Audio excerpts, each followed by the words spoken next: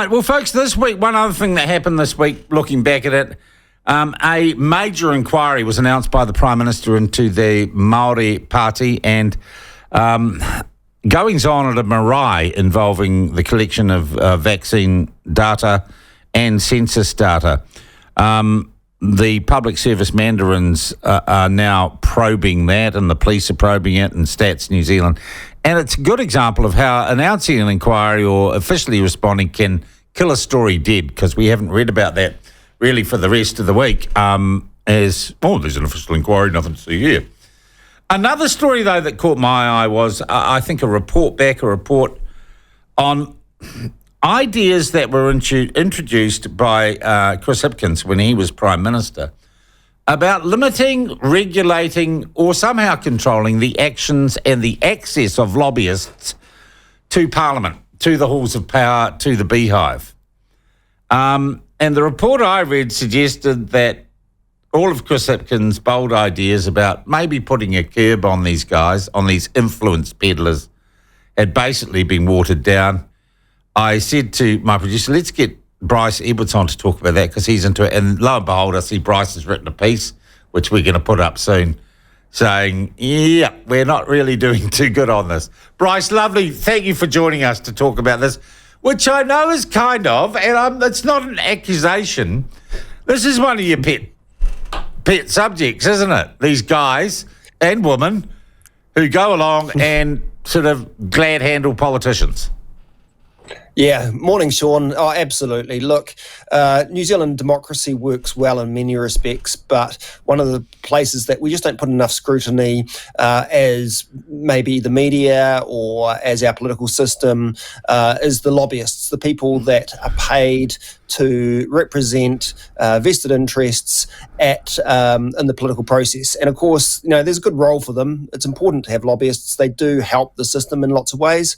But in New Zealand, it's just the Wild West. We have no regulations on this whatsoever. Why do they need to be regulated? What's wrong with the Wild West? I always found it romantic and exciting. Well, yeah, fair enough. Well, it's just because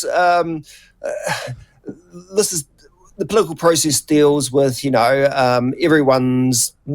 affects everyone's daily life, right? Yep. It affects how much tax we pay, the services we get, and lobbyists represent and have a huge influence on the system. And so people are losing faith in that system. They feel that. But isn't it great if people with lots of money who represent lots of people and lots of capital and wealth and unions are lobbyists? They lobby all the time, Bryce. Yep. What's wrong with just saying have a crack if you can get alongside a politician, take them to lunch? Yeah. No, there isn't anything wrong with that happening. It's just that when it interacts with the officials or the politicians. Give us an example. Give us an example of the evils of lobbying. Let me think. I guess you've got. You've got me on the spot here. You've got the wage subsidy scheme, whereby $20 billion was handed out to employers during COVID. Yeah.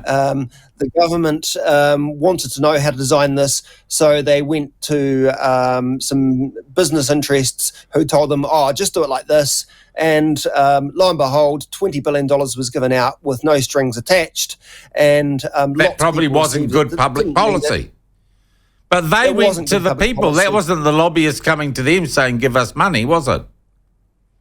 Well, I think lobbyists were involved, yes, in helping design the policy. This is guilt by association, Bryce. Well, I'm not saying... I'm just saying that you need a lot of transparency in politics. All right. And the fact that you can write about it and we know who they are and they have business cards, well, that's pretty transparent, isn't it?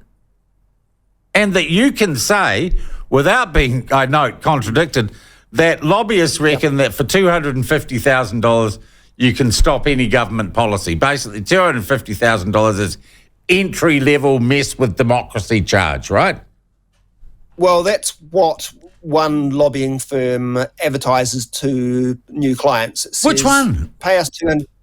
I'm well, you're saying it advertises. It's in the public domain. Come on, Bryce. No, let's be transparent. That's what they say in their personal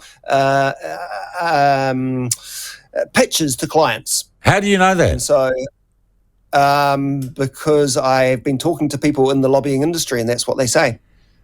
So you've talked to the people who say it costs $250,000. Oh, okay. So you're talking to the people who are doing that. Did you meet them for lunch, Bryce? Did you have a secret lobbyist paid lunch with them? I wouldn't say that. No. More on the phone. Oh, okay. Have you ever received gifts or entertainment from a lobbying firm? I do it all the time. Nope. I've got to be honest. I'm going to a party next week, an annual Christmas party for a lobbying firm. Yeah.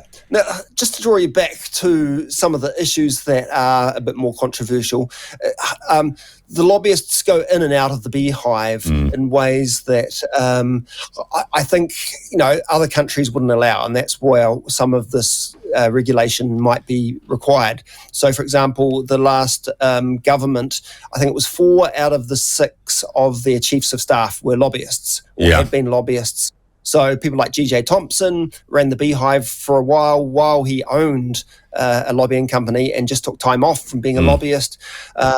You had a number of other ones that, went in and out just straight from hiring staff in the Beehive and being across all the documents to then lobbying that government.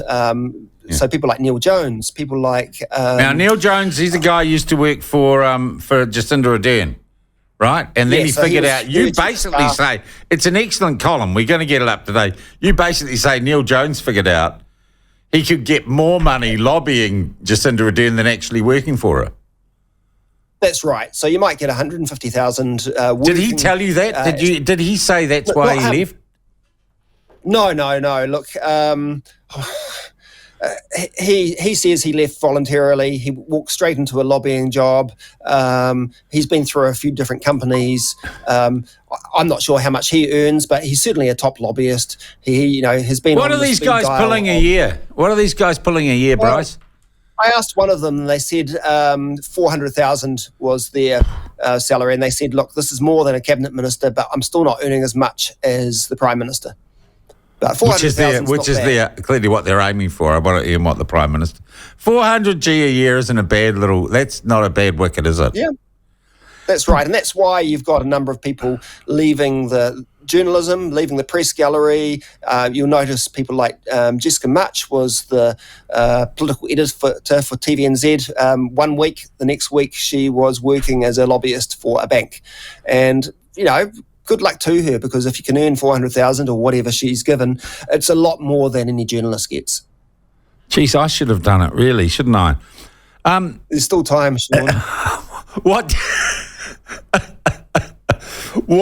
do you want to happen? And what was Hipkins suggesting happened before the election, which is basically, I understand, being kiboshed?